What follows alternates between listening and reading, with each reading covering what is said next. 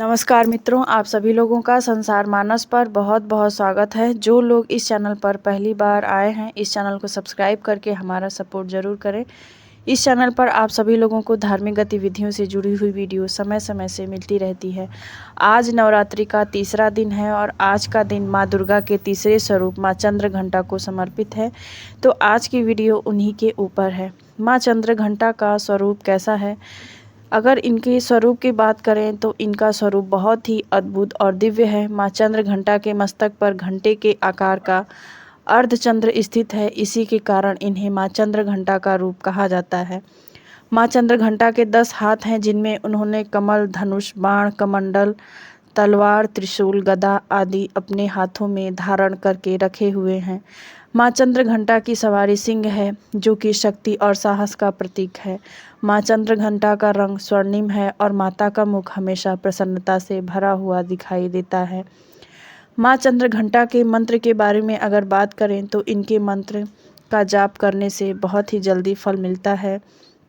इनका बीज मंत्र है ओम देवी चंद्रघंटाय नमः। अगर इनके स्तोत्र मंत्र की बात करें तो इनका स्तोत्र मंत्र है या देवी सर्वभूतेषु माँ चंद्रघंटा रूपेण संस्थिता नमस्तस्यै नमस्तस्यै नमस्तस्यै नमो नमः। इन सभी मंत्रों का जाप करने से माँ चंद्रघंटा की कृपा प्राप्त होती है और भक्तों के जीवन में सुख, शांति और साहस का संचार होता है एवं सभी दुख और विपदाएं दूर होती हैं। अगर माँ चंद्रघंटा की पूजा विधि की बात करें तो नवरात्रि के तीसरे दिन ही इनकी पूजा की जाती है और माँ की पूजा बहुत ही विधि विधान के साथ की जाती है, जिससे भक्तों को माता का आशीर्वाद प्राप्त होता है। सुबह ब्रह्म मुहूर्त में स्नान कर स्वच्छ और निर्मल वस्त्र धारण कर अपने पूजा स्थल को शुद्ध और साफ सुथरा करने के बाद माँ दुर्गा की प्रतिमा या तस्वीर के सामने बैठा जाता है। उसके बाद सफ़ेद या लाल वस्त्र का आसन बिछाकर उस पर ध्यान लगाकर एकाग्रचित्त मन से माँ चंद्रघंटा का ध्यान करना चाहिए।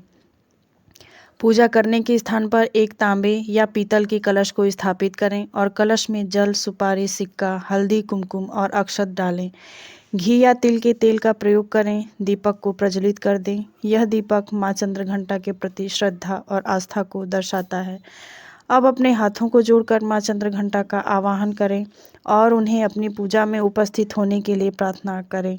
पंचामृत में दूध, दही, घी, शहद और शक्कर को अर्पित करके माता का भोग लगाएं। प्रसाद में मिठाई, फल और नारियल को भी शामिल अवश्य करना चाहिए। माँ चंद्रघंटा के बीज मंत्र ओम देवी चंद्रघंटाय नमः मंत्र का कम से कम 108 बार जाप अवश्य करना चाहिए। अब चलिए श्रवण करते हैं हम माँ चंद्रघंटा की उत्पत्ति की कथा के बारे में।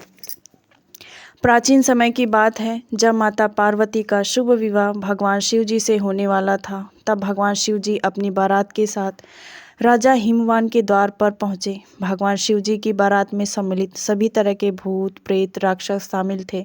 उनकी इस तरह की बड़ी ही विचित्र और भयंकर बारात को आता देखकर राजा हिमवान और रानी मैना बहुत ज़्यादा चिंतित हो गए।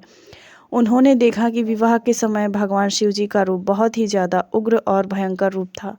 यह सब देखकर माता पार्वती ने अपने चंद्रघंटा रूप को धारण किया।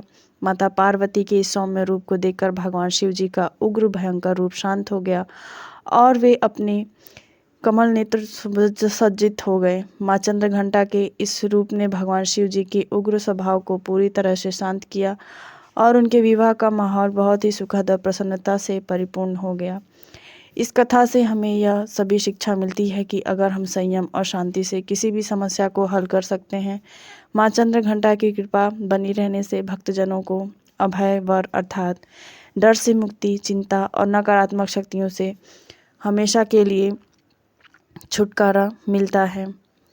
इनका ध्यान मंत्र है पिंड जप प्रवाह रूढ़ा चंडकोपा अस्त्र कैरुता प्रसादम तनुते मह्यम चंद्रघंटेति विश्रुता। माँ के पूजा का महत्व करने से मनुष्य को साहस, आत्मविश्वास और सहनशीलता की प्राप्ति होती है।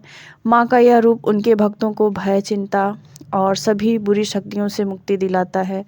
नवरात्रि के इस पावन पर्व पर हमें प्रत्येक दिन माता के जो प्रत्येक स्वरूप हैं उनका ध्यान स्मरण करना चाहिए और साथ ही साथ हमें यह भी संकल्प करना चाहिए कि हम ना किसी का बुरा कर